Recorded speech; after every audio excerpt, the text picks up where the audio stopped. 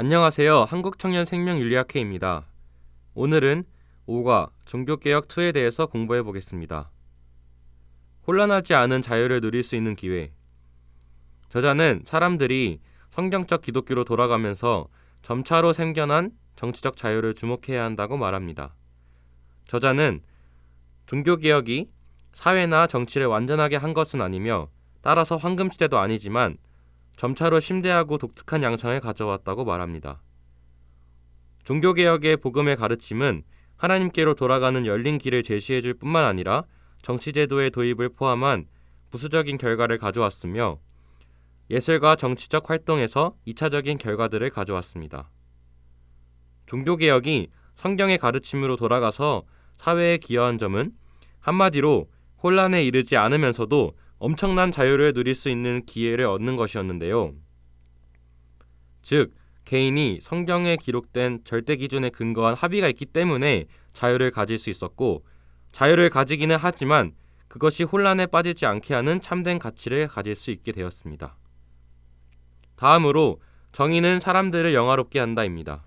이전 챕터에서 말씀드린 내용 중 개인이 성경에 기록된 절대적 기준에 근거한 합의가 있기 때문에 자유를 가질 수 있었고, 자유를 가지기는 하지만 그것이 혼란에 빠지지 않게 하는 참된 가치를 갖게 될 수 있었습니다 라고 한 이 내용의 부분을 폴 로버트라는 사람이 자신의 벽화 정의는 백성을 영화롭게 한다에서 잘 나타내고 있습니다. 로버트는 종교개혁이 성경에 부여한 위치는 도덕뿐 아니라 법률에도 기반이 된다는 사실을 그들이 생각해 보기를 바랐습니다.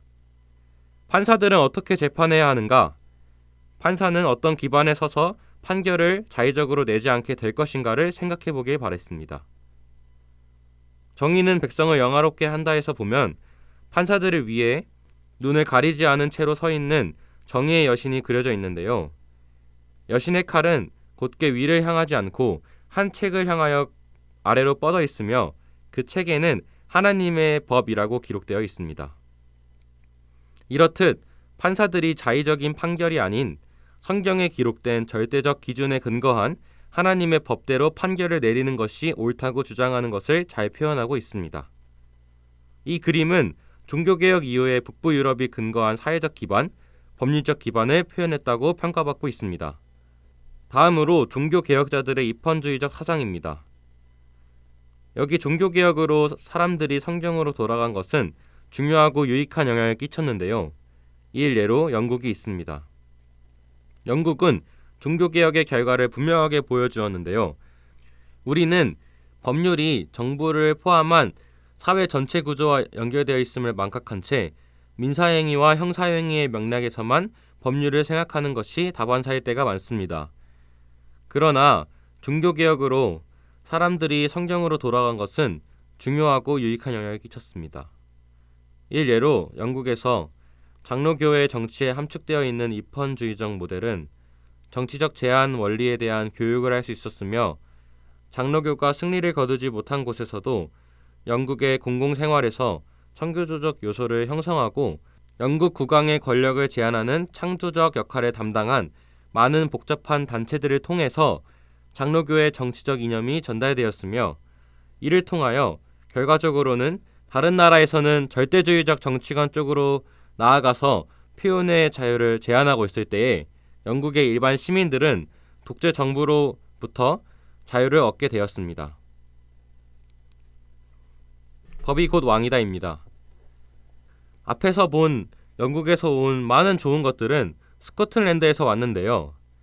국민들이 군주에 대하여 정치적 통제권을 가진다는 종교개혁의 원리를 가장 분명하게 보여주는 예로 스코틀랜드 사람 세뮤얼 러드퍼드가 쓴 법이 곧 왕이다를 들 수 있습니다. 앞서 폴 로버트가 대법원 건물에 정의는 백성을 영화롭게 한다 이 그림으로 나타낸 정의를 세뮤얼 러더퍼드는 이미 이 책에서 글로 표현하였는데요. 어떤 형식이 있으므로 무질서하지 않은 자유라는 개념이 있게 되는 것을 표현했습니다. 최고 권위인 성경이 기초를 있기 때문에 사람이 자의적인 결정에 의한 정치가 아닌 법에 의한 정치가 있을 수 있다는 것을 표현했습니다. 이는 공의회 운동과 초기 중세의 의회를 넘어서는 것이었습니다. 공의회 운동과 중세의회는 일관성 없는 교회의 선언과 정치적 사건의 변화무쌍한 바람을 넘어서는 기반을 갖지 못했습니다. 오늘날 현대 앵글로색슨족은 세뮤얼 러더퍼드를 거의 잊어버리고 말았지만 그의 작품과 그 작품이 나타낸 전통은 미합 중국 헌법에 지대한 영향을 주었습니다. 다음으로 세뮤얼 러더퍼드의 영향을 보겠습니다. 이러한 영향은 두 사람을 통해서 전달되었는데요. 존 위더스푼은 세뮤얼 러더퍼드의 법이 곧 왕이다를 그대로 따라서 그것의 원리를 헌법 작성, 정부 형태와 자유명문화에 연결시켰으며 존 로크는 장로교 전통에서 많은 것을 끌어다 쓰므로 불가양도권, 합의정치, 권력분립, 형방권 등을 강조하였습니다. 성경의 가르침에 근거한 기초. 그러나 충격적이게도 미합 중국 헌법의 기초를 놓았던 사람들이 모두 기독교인들이 아니었습니다. 사실상 많은 사람들이 이신론자였습니다. 여기서 우리는 기독교인이라는 말이 두 가지 방식으로 정당하게 사용될 수 있음을 깨달아야 한다고 저자는 이야기하고 있습니다. 1차적인 의미는 그리스도의 사역을 통해서 하나님께 돌아간 개인을 말하고, 두 번째 의미는 첫째 의미의 기독교인은 아니지만 기독교적 합의가 만든 영역 안에서 사는 사람을 의미한다고 말합니다. 이들은 제퍼슨과 같은 사람들을 의미합니다. 미합 중국 헌법에 기초를 놓았던 사람 중에 많은 사람이 첫 번째 의미의 기독교인은 아니었지만 법이 왕이다의 전통을 통해서 혹은 간접적으로 로크를 통해서 종교개혁의 기초에 서 있었습니다. 종교개혁의 복음 선포는 복음의 중심 메시지에 부차적이지만 그래도 중요한 두 가지 결과를 가져왔습니다. 첫째는 문화에 대한 관심과 사회정부 형식의 자유를 세우는 기반이며, 둘째는 중요한 추론, 즉 51%의 투표가 정치에서 옳고 그름의 최종 원천이 될 수 없다는 사실을 수반하는 것을 말합니다. 이는 성경의 절대성이 사회를 판단하는 데 유용하게 쓰였습니다. 이를 통해 소시민, 즉 보통 시민도 언제든지 성경의 가르침에 기초를 두고 다수가 잘못되었다고 당당히 말할 수 있으며, 성경의 가르침을 실행하는 한도 내에서 사람들은 다수의 표결의 독재나 한 개인이나 집단의 독재를 규제할 수 있었습니다. 정치적 견제에 기여한 종교개혁. 북부 유럽에서 종교개혁은 정치에서의 견제와 균형에 기여하기도 했는데요. 물론 이 점은 16세기에 등장한 새로운 것이 아니었으며, 앞에서 살펴본 것처럼 몇몇 형태의 균형이 중세 정치 사상에 암시되었고, 그중 폴리비우스 공화주의는 그리스와 로마의 관행에서 가장 훌륭한 요소라 평가받습니다. 폴리비우스 공화주의란 정치기구를 심의 담당과 결정 담당, 그리고 심의 결정 사항에서 집행 담당으로 분리하여 서로 견제하고 균형을 유지하게 될 때 국가의 공익이 가장 잘 보장된다는 입장을 제시합니다. 결론적으로 종교개혁은 새로운 것은 아니었지만 폴리비우스 공화주의와 같이 정치에서 서로 견제와 균형에 기여한다는 점을 기억해야 합니다. 그러나 마키아벨리가 수용했던 폴리비우스 공화주의는 경제적으로 또 정치적으로 엘리트주의였고, 마키아벨리 군주론은 오직 이상적 군주의 독재적 통치만이 정치사의 순환을 밀어서 움직이게 할 수 있었고, 오직 무자비한 실행만이 그 순환을 개선할 수 있다고 주장합니다. 훗날 군주론은 무솔리니와 히틀러의 정치 활동 지침서가 됩니다. 이는 종교개혁이 추진한 견제와 균형의 전통과 뚜렷한 대조를 이룹니다. 다음으로 모든 사람은 실로 죄인에 대해서 보겠습니다. 모든 사람은 실로 죄인입니다. 그래서 종교개혁자들은 사람에 대해서 그렇게 낭만적이지 않았습니다. 그들은 타락을 매우 강조하면서 모든 사람이 실로 죄인이므로 견제와 균형은 특히 권력에 오른 사람에게는 꼭 필요하다고 이해했습니다. 다음 슬라이드로 보시면 모든 종교개혁 국가들은 여러 형태로 견제와 균형의 모습을 보여주었는데, 모든 주가 종교개혁을 지지한 것은 아니었지만 국가의 정치 생활을 종교개혁의 전통에 따라 형성한 스위스는 특히 이런 측면에 관심을 쏟고 있습니다.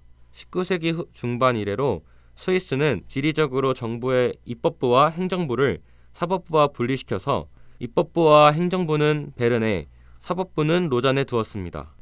영국에서는 국왕과 의회 그리고 법원의 견제와 균형이 생겨났습니다. 오늘날 국왕은 권력 분리가 이루어졌을 때보다 권력이 없으나 견제와 균형이라는 개념은 여전히 계속되고 있다는 것이 중요합니다. 미국의 경우는 조금 다르게 구성되어 있으나 견제와 균형이라는 기본적인 원리는 동일합니다. 백악관은 행정을 담당하고 서로 균형을 이루는 두 부분으로 구성된 의회는 입법부이며 대법원은 사법부를 나타냅니다. 이렇듯 종교개혁의 국가의 사회는 형식이나 무질서의 문제에 대한 해결책이 있었습니다. 다음으로 성경의 가르침을 따르지 않았던 부분입니다.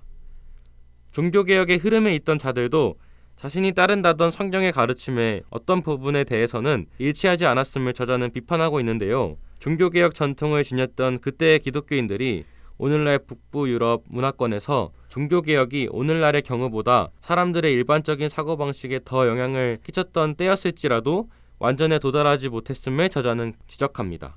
그들이 성경을 마땅히 따라야 했지만 그러지 않았던 영역이 많이 있는데 그 중에서 두 가지가 두드러집니다.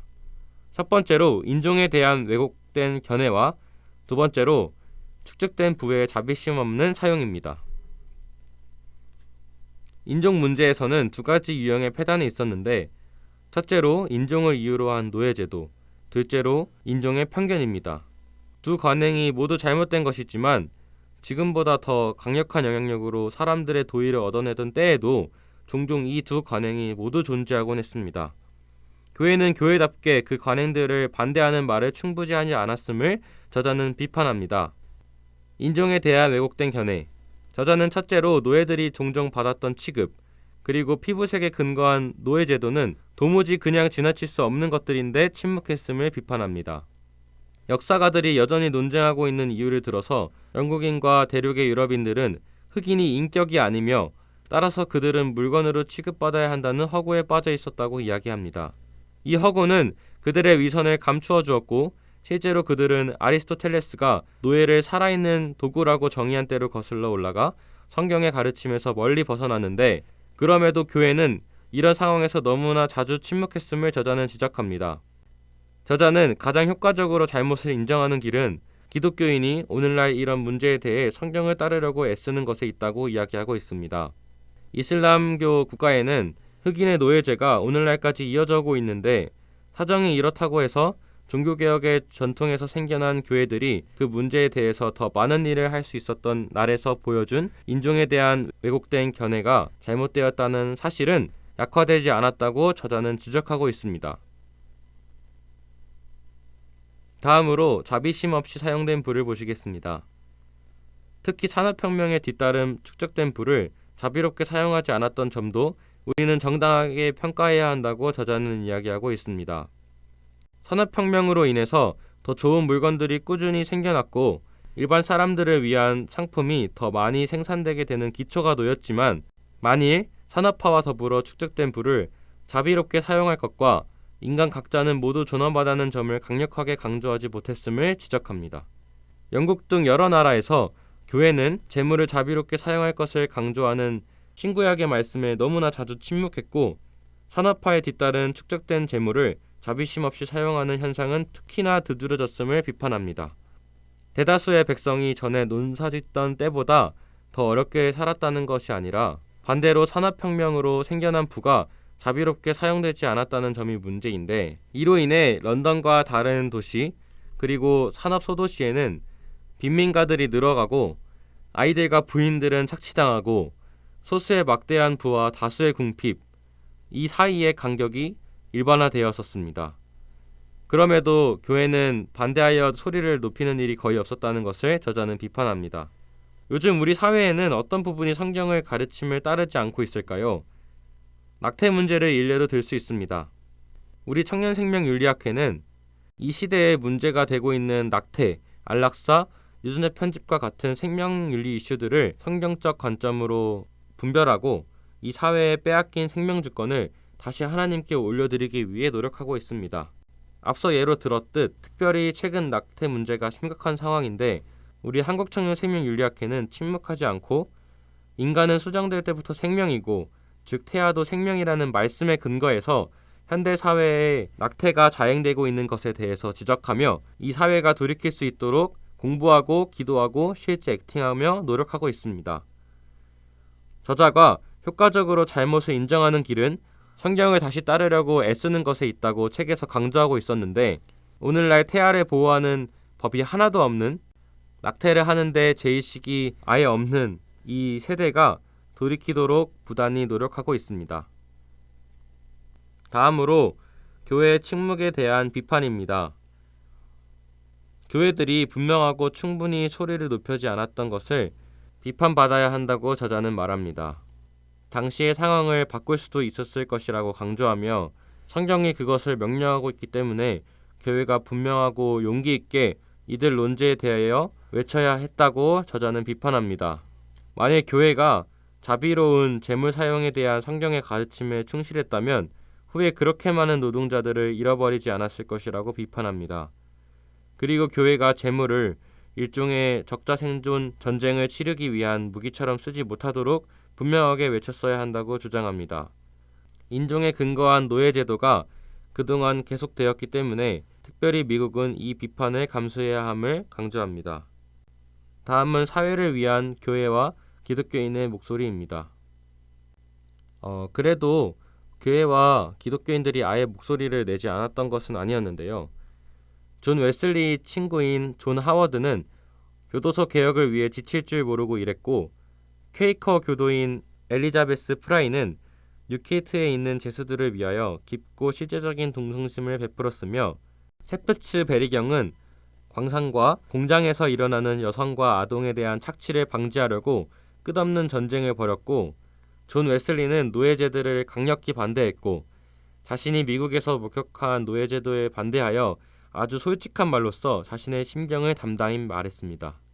존 뉴턴은 기독교인이 된 이후 더 이상 노예 무역상을 하지 않았을 뿐만 아니라 그 무역에 반대하게 되었습니다. 또한 영국 국교회 목사의 아들이었고 퀘이커교의 찬미자였으며 역사가인 토머스 클락스는 노예 무역에 대해 아주 분명하게 반대했으며, 윌리엄 윌버포스는 클락슨의 선구적 사업에 동참했고, 윌버포스는 오랫동안 노예 무역에 반대하여 하나님 아래서 흑인의 인간성이 기본적으로 인정이 되도록 의회에서 투쟁했음을 기억하라고 우리에게 말하고 있습니다. 저자는 윌버포스와 같은 일관성 있고 영향력 있는 특출한 기독교인이 있어서 미국에서 동일한 것 이상의 결과를 훨씬 이전에 낳을 수 있었다면, 혹은 미국의 노예제도가 전혀 생기지 않았을 것이었다면 좋았을 것이라고 논평했습니다. 이상으로 종교개혁 2에 대해서 공부해 보았습니다. 들어주셔서 감사합니다.